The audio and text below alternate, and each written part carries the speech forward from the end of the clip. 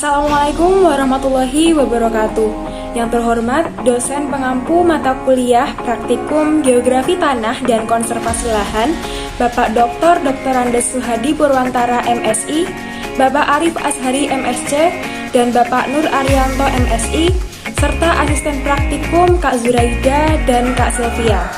Sebelumnya, perkenalkan, nama saya Tata Askia Azahra dari kelas A1 Pendidikan Geografi Fakultas Ilmu Sosial Universitas Negeri Yogyakarta dengan NIM 21405241015. Pada video responsi kali ini, saya akan melakukan analisis terhadap konsistensi tanah di wilayah tempat tinggal saya, yaitu di Dusun Ledok, Desa Sidoarjo, Kecamatan Lendah, Kabupaten Kulon Progo. Sebelum melakukan praktikum analisis konsistensi tanah, kita harus mengetahui apa itu pengertian dari konsistensi tanah. Konsistensi tanah dapat diartikan sebagai kuat lemahnya gaya kohesi dan adhesi antar partikel penyusun tanah. Gaya kohesi dapat diartikan sebagai tarik-menarik antar partikel, sedangkan gaya adhesi dapat diartikan sebagai gaya tarik-menarik antar partikel dan air. Konsistensi tanah juga dapat diartikan sebagai kekuatan daya kohesi butir-butir tanah atau adanya adhesi atau kelekatan butir-butir tanah dengan benda-benda lain. Hal ini ditunjukkan oleh daya tahan tanah terhadap gaya dari luar. Penyifatan konsistensi tanah harus disesuaikan dengan kandungan air dari tanah, yaitu apakah tanah dalam keadaan basah, lembab, atau kering. Konsistensi tanah dapat dipengaruhi oleh beberapa faktor. Yang pertama, kadar air tanah. Apabila kadar air tinggi, maka konsistensi tanah akan semakin rendah. Yang kedua, tekstur tanah. Apabila tekstur tanah dominan pasir, maka konsistensi tanah akan rendah. Yang ketiga, porositas. Apabila porositas tanah tinggi, maka konsistensi tanah akan menjadi rendah. Yang keempat, bahan organik tanah. Bahan organik yang tinggi akan menyebabkan konsistensi tanah akan semakin rendah.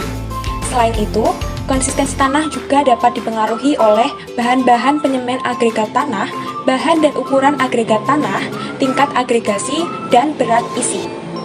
Analisis konsistensi tanah dilakukan dalam 3 kondisi, yaitu basah, lembab, dan kering. Pada tanah basah dilakukan pengujian kelekatan dan kelihatan, sedangkan pada tanah lembab dan tanah kering dilakukan pengujian kekuatan tanah terhadap tekanan. Berikut ini adalah tabel kriteria tanah yang digunakan untuk mencocokkan hasil analisis konsistensi tanah. Sumber dari Sartohadi 2013.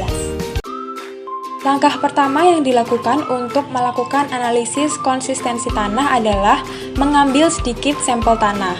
Pada praktikum kali ini, sampel tanah diambil dari Dusun Ledok, Desa Sidoarjo, Kecamatan Lendah, Kabupaten Kulon Progo.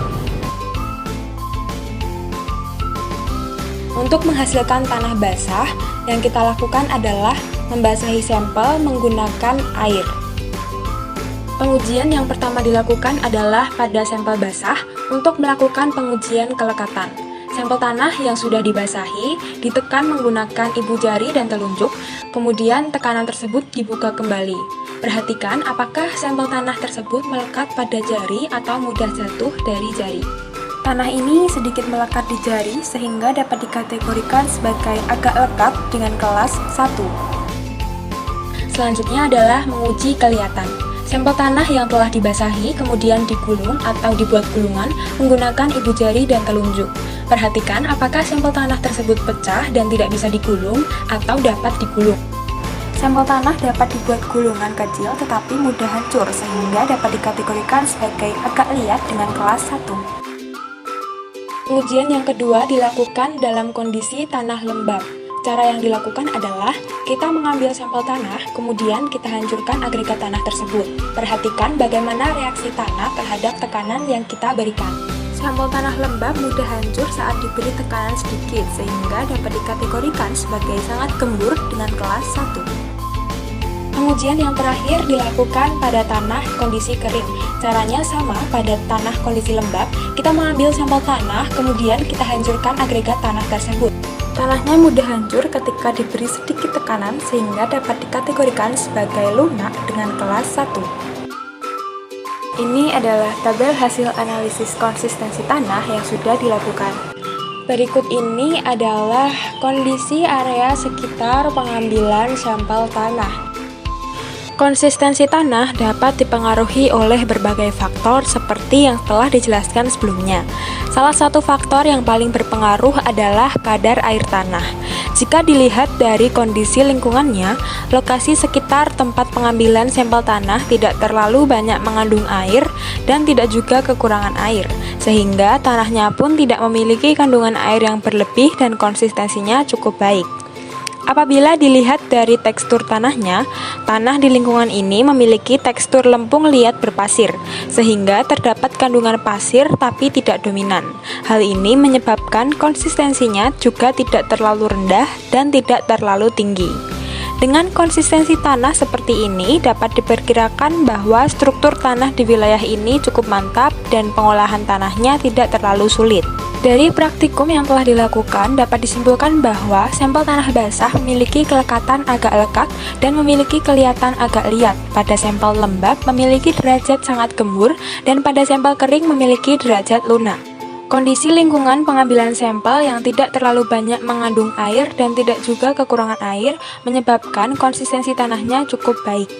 Tekstur tanah lempung liat berpasir dengan kandungan pasir yang tidak terlalu dominan juga menyebabkan konsistensinya tidak terlalu rendah dan tidak terlalu tinggi.